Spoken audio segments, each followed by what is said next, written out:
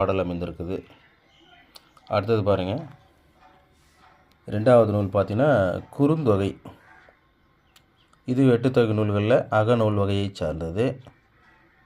மொதல் 5 அகநூல், 2 புறநூல், ஒரு அகமும் புறமும் கலந்தது. அது பெரும்பாடல் ஒன்று இருக்கும். இதை நல்லா தெரிஞ்சுக்கிங்க. அதேமாதிரி குறுந்தொகைக்கு என்ன அடைமொழி கொடுத்துருக்காங்கன்னா நல்ல குறுந்தொகை. நற்றிணைக்கு நல் என அடைமொழி பெற்றது. இது நல்ல என்ற குறுந்தொகை. நல்லங்கிற அடைமொழி பெற்றது இந்த குறுந்தொகை நூல். இதில் எத்தனை அடிகள் பார்த்தீங்க அப்படின்னா 4 அடி சிற்றெல்லை, 8 அடி பேரெல்லை. நீங்கள் நற்றிணையில் பார்த்தீங்கன்னா 9 அடி சிற்றெல்லை, 12 அடி பேரெல்லைன்னு பார்த்துருப்போம். இங்கே பார்த்தீங்கன்னா 4 to 8. இந்த அடி வரைய ரொம்ப முக்கியம். இதெல்லாம் வினாக்களில் கேட்கறதுக்கு வாய்ப்பு இருக்கும். அதே மாதிரி இதுலேயும் பார்த்தீங்கன்னா 400 பாடல்களை கொண்டது.